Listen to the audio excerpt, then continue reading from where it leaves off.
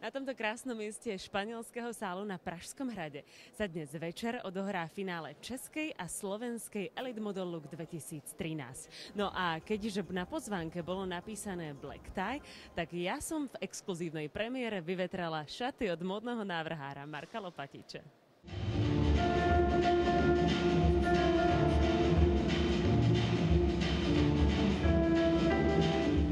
Ako ste spokojní s tohoročným ročníkom?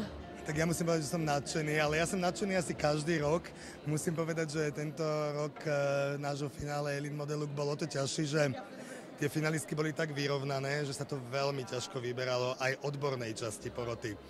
A keď spojíte takú krásu s takýmto krásnym priestorom, ako je španielský sál Pražského hradu a s tými nádhernými kolekciami, tak dúfame, že sa ten večer podaril. Ten priestor je veľmi okázalý, tak sme chceli do toho vniesť kontrast a trocha prírody a všetky tie vizualizácie, hudobné podkresy mali ladiť práve s tým, že sme chceli tie mladé, svieže dievčatá voviesť do takej lesnej, romantickej prechádzky. Byl to příjemný večer na úrovni a já si myslím, že jsem ve velmi dobré společnosti tady. Já si myslím, že kterákoliv z těch dívek, které tu dneska byly, mají velkou šanci uspět, že opravdu, i když nezvítězili, tak by mě opravdu nepřekvapilo, kdyby měli úžasnou kariéru. Čo musí mať dievča, ktoré túto súťaž vyhrá?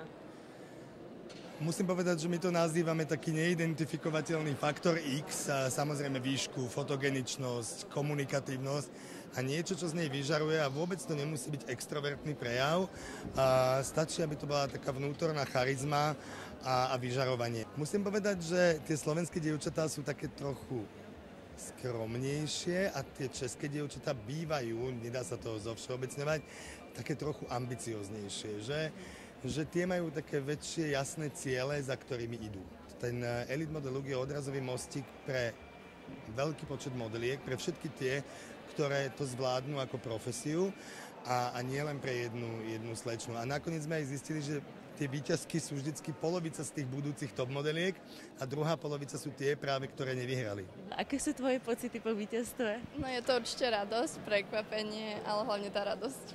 Bol tvoj celoživotný sen byť modelkou? Dá sa to tak povedať, že som o tom snívala. A prosím ťa, koľko máš rokov? Mám 14. Já jsem hrozně moc šťastná, užívám si to a úplně hrozně jsem šťastná, moc.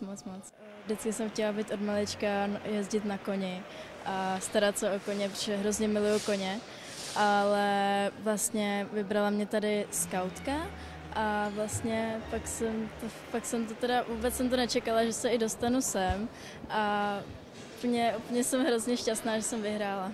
Víťazky tohoto ročníku už sú jasné, tak uvidíme, či im takéto prehliadkové molá prinesú hviezdnu kariéru. No a ja idem trénovať.